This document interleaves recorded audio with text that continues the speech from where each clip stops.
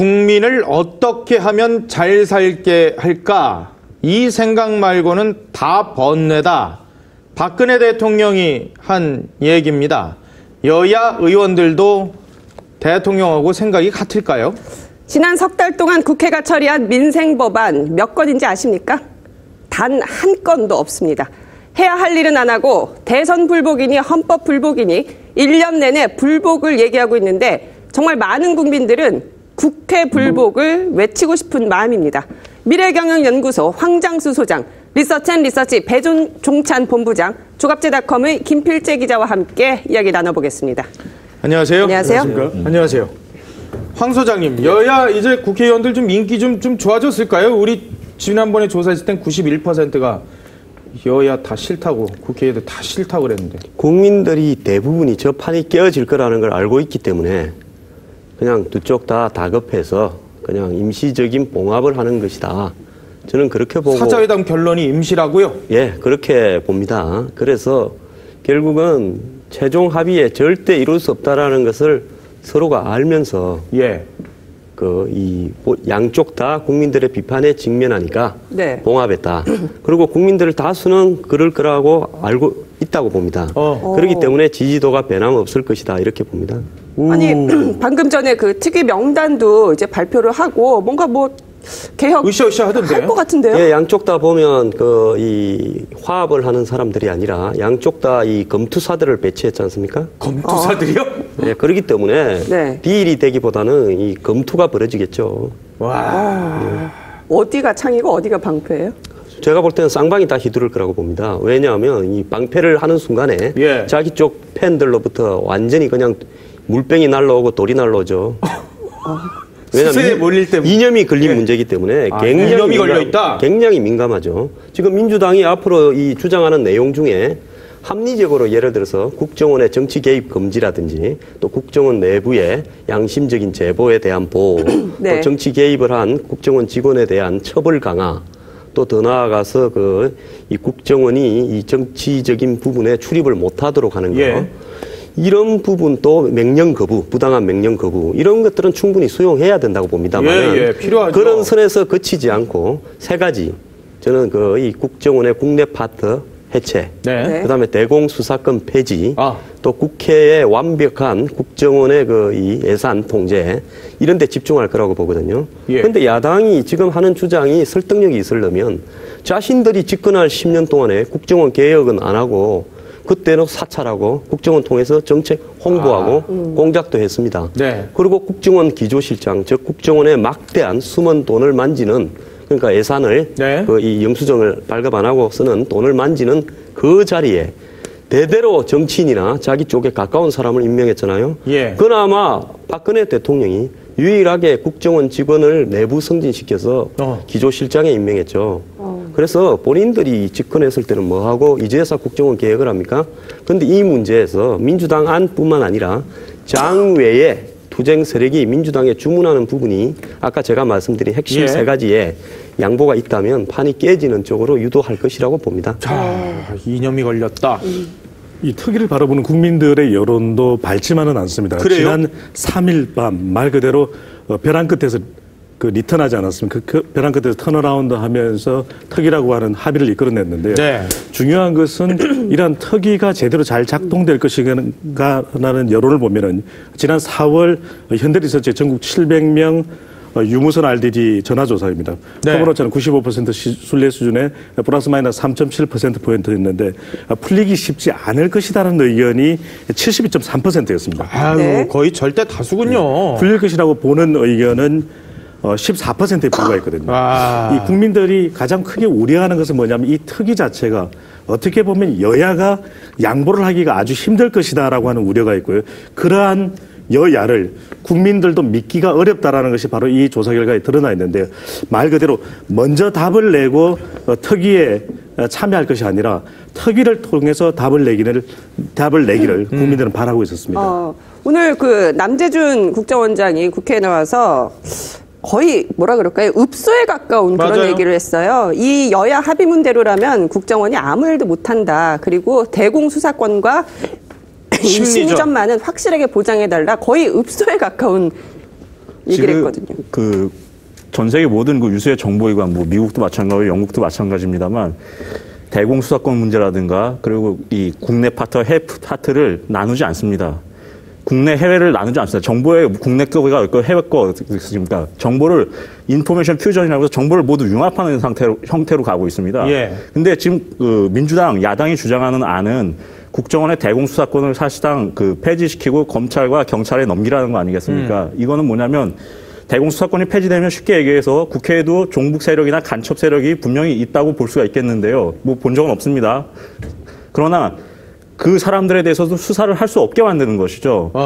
지금 2000년 이후에 국내 잠입해 들어온 간첩에 대해서 90%를 잡은 조직은 바로 국정원 한 군데밖에 없습니다. 근데 국정원이 이 대공수사권을 폐지해버리면 국정원 간첩 못 잡게 되고 사지 완전히 절단해버리는 것입니다.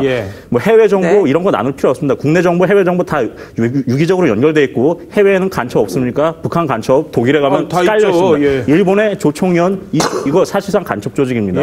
이런 조직을 갖다가 다 내부가 어떻게 돌아가는지 관리하고 볼 수 있는 조직은 검찰도 못하고 경찰도 못합니다. 블랙버짓, 보이지 않는 많은 예산을 갖다가 관리하는 국정원 외에는 할 수 없다는 것이죠. 그래서 지금 이 국정원 특위 관련해서 북한이 지금까지 계속해서 특위밖에 해결 방안이 없다라고 했었습니다. 국정원 문제는. 근데 지금 민주당이 이 주장하는 거랑 똑같습니다. 북한의 주장을 하는 것과 민주당의 주장이 지금 아주 일치를 하고 있습니다. 제가 반재민전이라는 사이트를 계속 보고 있는데 계속 일치하고 있습니다. 저희 조갑제닷컴에도 올려놨는데 한번 보시기 바랍니다.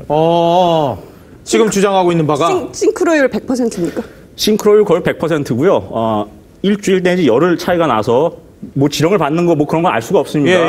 그러나 주장하는 것이 거의 일치하고 있습니다. 문장 아야 어여만 다를 정도고요. 북한이 원하는 개혁 방안이라는 거잖아요. 북한이 원하는 것은 간첩의 90%를 갖다가 국정원이 잡고 있으니까 북한 입장 그리고 남한 종북 세력 입장에서 보면은 국정원이라는 조직은 반드시 남한에서 없애버리려는 조직인 것이죠. 그렇기 때문에 이 남한의 종북 세력은 이 조직을 없애기 위해서 지금 현안이 됐습니다. 북한의 가장 소원이 딱 두 가지가 있습니다. 한반도를 공산화시키기 위해서. 첫 번째가 뭐냐? 국정원 해체. 두 번째가 국가보안법 폐지입니다. 국정원이 만약에 대공수사권이 사실상 야당이 주장한 대로 폐지가 되면 간첩을 못 잡게 되면 국보법이 존재하더라도 간첩을 못 잡기 때문에 의미가 없어지는 것이죠. 그래서 이거 가지고 지금 이 난리를 치는 겁니다. 북한하고 야당이. 국민들이 원하는 국정원의 개혁 방향에 대해서는 이렇게 나타났는데 지난 11월 6일 리서치의 전국 700명 유무선 RDD 전화조사였습니다. 표본으로 저는 95% 신뢰 수준의 플러스 마이너스 3.7%포인트인데요. 가장 중요한 키워드는 우선 국내 업무, 그 다음에 국내 정치 개입, 그 다음에는 대공수사권인데요. 우선 이 국내 업무는 하되 정치 개입을 금지하자라고 하는 의견이 73.1%로 거의 다수군요. 10명 중 우리 국민 10명 중 7명 이상, 응답자 중 7명 이상은 그런 응답이었습니다. 문제가 되는 건 바로 이 국내 분야 중에서 정치에 개입되는 우려 아니겠습니까? 이 부분은 차단되어야 된다가 14.1%로 나타났고요.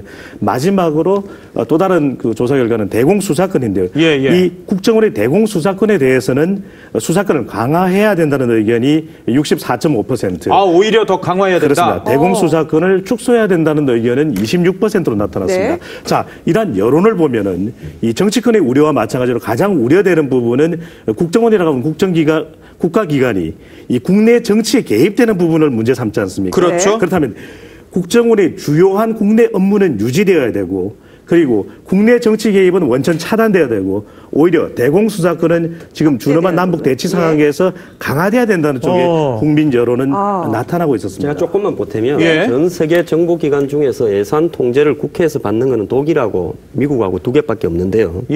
그것도 부분적으로만 받고 특수활동에 대해서는 보고하지 않아도 됩니다. 아주 특수한 업무는? 미국이 이라크 때 이 말에다가 이 달러를 싣고 다니면서 이 족장들한테 나눠줬지 않습니까? 아프가니스탄하고요.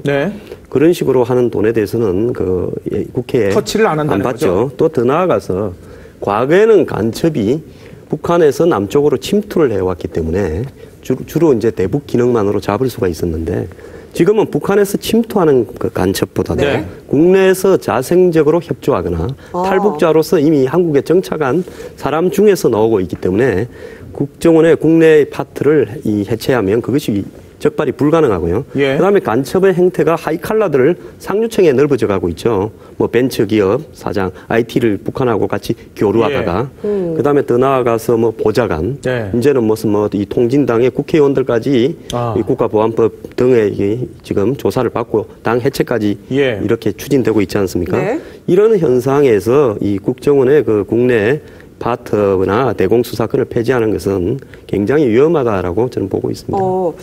오죽하면은 지금 제가 좀 전에 인터넷을 보고 보니까 이런 그 댓글들이 달리기 시작합니다. 어떤 글이요? 국정원 특위를 만들 것이 아니라 국회가 나라를 위해서 그리고 본인들 스스로를 위해서 국회 해산 특위를 아예 만들어서 그냥 자폭하는 방향으로 가라 뭐 이런 얘기도 있고 네. 두 번째 말씀드리고 싶은 건 이거 뭐 복잡하게 얘기할 필요 없고요. 이 국정원 이 특위 문제는요. 야당하고 좌파 그리고 종북 세력들이 한마디로 말해서 쉽게 얘기해서 국정원을 갖다가 내곡동 흥신소를 만들기 작업이 이게 아닌가 싶습니다. 그냥 아무것도 못하게 만드는 것이죠. 손발 다 자르는. 결과적으로 국민 여론을 보더라도 우려하는 부분은 이제 대공수사권을 네. 제대로 된 목적으로 사용된다면 강화되는 것이 맞을 겁니다. 네. 그렇지만 이제 이것이 남용되거나 악용될 경우에 그 우려를 하고 있는 것이거든요. 과거에 악습이 있었으니까 그렇습니다. 실제. 그렇다면 이번 특위를 통해서 어떻게 보면 이런 부분에 대해서 분명하고도 명확한 가이드라인을 제시하고 절대적으로 국내 정치에는 조금도 개입의 여지를 주지 않도록 그런 기준만 세워가지고 사실은 제일 중요한 것은 그러한 기준에 따라서 제대로 활동하는 것이 필요하지 않겠습니까? 예. 그런 부분을 국회가 이렇게 감시 활동을 한다 네. 그러면 사실 국민들도 지금의 국정원 기능의 중요한 부분은 여전히 국민들의 그 목적에 부합도 되는 부분이거든요. 바로 그런 어떤 선상에서 논의가 이루어져야 될 것으로 보여집니다. 이 지금 뭐 나오는 얘기들이 개혁을 어떻게 할까 보면 뭐 좋게 얘기하면요, 이 국정원 직원들의 인권을 보장하는 방향으로 좀 개혁을 하려는 것 같아요. 예를 들자면 이 내부 고발자에 대해서 신분을 보장을 하거나 이 정치 관여 행위를 내부 고발하는 사람들은 신분을 보장하겠다.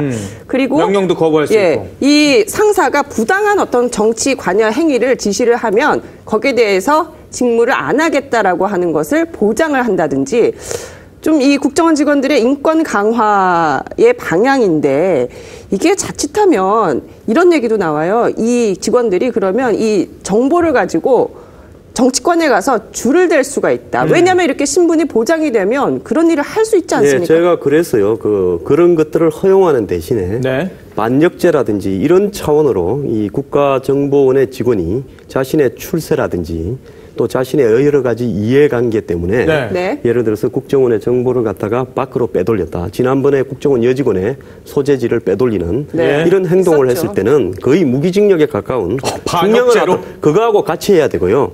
또 예산 통제권을 주장하려면 마찬가지로 국회의원이 보고 들은 그런 모든 보고받은 네. 국정원의 예산이라든지 국정원의 기록들을 외부로 발설했던 신분과 관계없이 중형에 처벌한다라는 그런 통제 조항부터 먼저 만들고 국회의원들 스스로 그 다음에 개혁을 해요. 지금 국회의원들 중에도 솔직히 보면 지난번에 통진당 의원들 같은 경우에 본인들의 상임위 활동과 전혀 관계없는 질의들을 갖다가 각 부서에 했지 않습니까? 그랬죠. 네. 자료를 내놔라고요. 그럼 이런 일들이 발생하는 부분에 국회가 스스로 어떻게 통제할 것인가를 합의를 한 다음에 국정원의 예산회나 국정원의 여러 가지 정보 보고를 요구해야 된다라는 부분에 대해서 정치인들이 먼저 답을 해야 될 거라고 봅니다. 김필재 기자, 북한 매체들이나 북한 반응들 구체적으로 어떤 것들이 나오고 있는 거예요? 이 북한 같은 경우에 이제 지난 대선 이후부터 계속 그 대선 끝난 그 다음 날부터인가로 기억이 됩니다만 국정원에 대해서 계속 그 해체를 하라고 얘기를 했었고요. 국정원이 대선에 개입했다라는 얘기까지 직접적으로 했었습니다. 그리고 그 원세훈 국정원장을 비롯한 그 지난 정부의 주요 인사들 5명을 뽑아가지고 그 5명을 갖다 을사오적보다 더 나쁜 인간들이라고 이제 지목을 직접적으로 했었고요. 원세훈 원장에 대해서는 그 처단하라는 그런 얘기도 직접적으로 반제민정이나 이런 여러 대북 매체들을 했었습니다. 네. 그리고 그 모 종북 단체가 있는데 네. 이 단체가 북한하고 하는 그 주장을 그대로 받아들여서 올해 단기 계획, 장기 계획을 세웠습니다. 네. 1월 달에 했었습니다. 저도 이거 1월 달에 기사를 어떤 썼는데 계획이에요? 단기 계획은 국정원의 대선 개입 의혹 사건을 갖다 확산시키라는 것이었고 장기 계획은 야권 연대를 비롯한 그리고 국회 내에 그 교두보를 확대시키고 진보당과의 연대를 강화하라는 그런 그 장기 계획을 세웠었습니다. 이게 제가 보기엔 절반의 성공을 한 것 같습니다. 이게 어차피 연말이 다 됐으니까 올해 1년을 돌아보면 적어도 이 국정원 대선 개입 의혹 문제를 종북 세력이 확산시키고 특위까지 만드는 거 이거는 종북 세력이 원했던 마스터 플랜대로 그대로 가는 거예요. 개인적으로 판단했을 때 100% 성공했다고 봅니다. 다만 아로 사건이라든가 그리고 그 통진당 해산 문제가 끼어들면서 장기 계획은 약간 좀 주춤한 상태고 올해하고 비교했을 때 내년에는 종북 세력이 더 난리를 칠 게 분명합니다. 내년에 왜요? 내년에 뭐 지방선거도 있고 그리고 뭐 아로 사건이라든가 그리고 통합진보당 판결 있겠죠. 판결이 나오기 시작하면은 그 판결이 어떻게 나오냐에 따라서 종북 세력이 또 움직임이 굉장히 달라질 것이고요. 제가 보기엔 이거 이제 그 애국 세력들 이런 부분을 이제 대비를 해야 되는데 아로 사건 같은 경우에는 내란 음모죄가 적용이 안 되고 국보법만 대충 적용해서 솜방망이 처벌할 가능성도 배제할 수 없고요. 그리고 통합진보당 해산 문제 같은 경우에는 그때까지 해서 가서 여론이 어떤 식으로 나오냐가 굉장히 중요할 것 같은데 불리하게 나올 가능성도 배제할 수 없습니다. 왜냐하면 우리나라 국민들이 워낙 그 북한과 종북 세력들의 그 선전선동이 약하기 때문에 지금 뭐 65% 이상의 국민들이 통합진보당 해산을 갖다가 손을 들어주고 있지만 그 선전선동하는 과정에서 이 퍼센티지가 낮아지면 현재의 이 판단은 법적인 판단 이외에 그 국민들의 그런 여론 판단도 하게 들어가기 때문에 거의 한 6대4로 보여집니다. 그러면 통진당 해산도 운이 나쁘면, 뭐 운이라는 표현을 좀 쓰기는 그렇습니다만 안 될 가능성도 있을 것 같습니다. 제가 볼 때 6월 그 지자체 선거의 결과와 이 통진당 해체에 대한 헌재 심판은 일치할 거라고 봅니다. 그렇기 때문에 새누리당은 아예 6월 지자체 선거에 사실상 지방자치제 선거지만은 이 헌재 재판관들이 지난 그 2004년입니까? 노무현 전 대통령 탄핵 재판 때 보면 굉장히 눈치를 봤죠. 몇 대 몇으로 그 이게 뭐 부결 기각됐는지에 대해서 그것도 밝히지 않았지 않습니까? 그건 말이 안 되는 이야기죠. 각자가 찬성했는지 반대했는지를 그렇게 중요한 사건에 대해서 안 밝힌 것이 헌법재판소입니다. 그렇기 때문에 결국은 그 당시에 예를 들어서 박근혜 정권이 중간 평가격인 6월 지자체 선거에서 패배하면 그리고 또 그 선거의 결과가 7월 달에 있는 보선 결과로 이어질 가능성이 큽니다. 그러면 뭐 정권의 레임덕이 오기 시작했다. 그러면 뭐 유리한 정치 분위기로 기울 수 있는 가능성이 있죠. 그렇게 하면 안 되는데 그렇게 해오는 것이 한국의 풍토입니다. 그렇기 때문에 그런 어떤 부분에 있어서 그 결과들의 정치적인 해석 부분을 굉장히 유의해야 될 거라고 봅니다. 그리고 제가 하나 잠깐 아주 짧게 말씀드리면 최근에 지난달 말에 모 노동계 단체가 굉장히 큰 노동계 단체입니다. 이 단체가 그 결의를 했는데 내년 2014년 그 단체 목표로 반박근혜 활동을 강화하는 걸로 지금 결론이 나 있는 상태입니다. 그 뭐 여러 국정원 개혁 문제라든지 뭐 통진당 문제라든지 여러 가지 이렇게 입장이 첨예하게 갈린 현안들이 있는데 그래도 이 여론, 민심은 새누리당 편 손을 들어준 거 아닙니까? 지금 지지율을 보면요. 네, 정당 지지율을 보면은 12월 4일입니다. 지난 4일이었는데 4일 조사 결과를 보면은 새누리당이 42.6%. 여전히요? 그렇습니다. 민주당은 19.2%. 이 부동층이 상당히 여전히 많이 형성되어 있는 33.5%로 리서치 조사 결과 나타나고 있는데요. 새누리당의 지지도가 높긴 하지만 그래도 이 40% 초반에서 거의 이제 정체되어 있는 그런 모습을 보여주고 있고요. 그리고 새누리당의 지지도는 상당히 대통령의 지지도에도 그 편성되어 있는 그런 어떤 측면도 있다고 볼 수 있겠습니다. 이 민주당의 지지도인데 민주당이 오히려 그 지난 한 달 새 20% 그래도 초반 또는 중반 가까이도 갔었던 지지도에서 지금은 10%대 후반으로 10% 후반대로 나와 있는 것은 이 어떻게 보면 당의 어떤 구심점이 그 여야 사자회담에서 어떤 합의도 이끌어냈지 않습니까? 그렇지만 어떻게 보면은 앞으로의 어떤 정책 지향의 어떤 모습을 보여주게 될 경우에 좀 더 지지도가 오를 수 있는 상승 모멘텀도 있겠지만 이것을 위해서는 말 그대로 당의 혁신적인 모습을 김한길 대표 체제로 중심으로 이루어질 때 가능한데 이 문재인 의원이 또 한 번 민주당의 구심점으로 정쟁의 전면에 나서게 될 경우에 특이한 형태가 민주당 지지층을 보게 되면은 중도 성향의 민주당 지지층은 이탈하는 현상이 발생하고 오히려 그 기존의 진보 성향의 지지층만 좀 오롯이 남는 이렇게 됨으로써 오히려 정당 지지도의 외연은 확대되지 않는 이런 모습을 보여주고 있고 오히려 부동층이 다른 어떤 때보다도 늘어나 있는 그런 모습을 보여주고 있습니다. 초강성 정당의 모습이 나타날 가능성이 있군요. 그렇습니다. 다른 강성이라기보다는 이제 이 민주당 같은 경우에는 문재인 의원이 뭐 책 출판이라든지 또는 어떤 대선 과정의 논란에 대한 어떤 발언 이런 것을 하게 되면은 결과적으로 이러한 구도 자체가 대통령과 문재인 의원 지난 대선의 두 후보 간의 대결로 양상으로 비치게 네. 되거든요. 이럴 경우에는 이전 민주당을 지지했었던 지지층이 다시 돌아올 수 있는 공간이 확보되지 않는다라는 것입니다. 예. 그렇기 때문에 민주당의 지도는 여전히 20% 내외의 정체에서 벗어나지 못하는 그런 이유가 되겠습니다. 소장님, 뭐 문재인 의원이 이제 책을 냈는데 뭐 문재인 의원 개인적으로는 속은 시원해졌겠죠? 본인은 지금 제일 고민이 다음 대선에 나가야 되는데 네. 언제쯤 그 말을 하냐 한 2년을 참아야 되냐 3년을 참아야 되느냐 이러는데 자연스럽게 근데 속풀이는 다 하신 것 신부님들이 앞장서 가지고 문재인 의원이 그 성당에 가서 기도를 많이 하셨는지 예. 신부님들이 순교하는 심정으로 앞장서서 대통령 퇴진몰이에 나서면서 그 틈을 사서 네. 살짝 얹어버린 거죠. 예. 본인이 이제 재출마하겠다라는 이야기를요. 아. 그러고는 이제 안철수 의원 보고 다음에 또 합치자 이렇게 또 이 러브 콜도 또 보내고 이랬단 예. 말입니다. 그러니까 문재인 의원은 앞으로 적어도 한 2년은 뭐 이 고민을 해야 될 이런 부분들을 다 털어버린 거죠.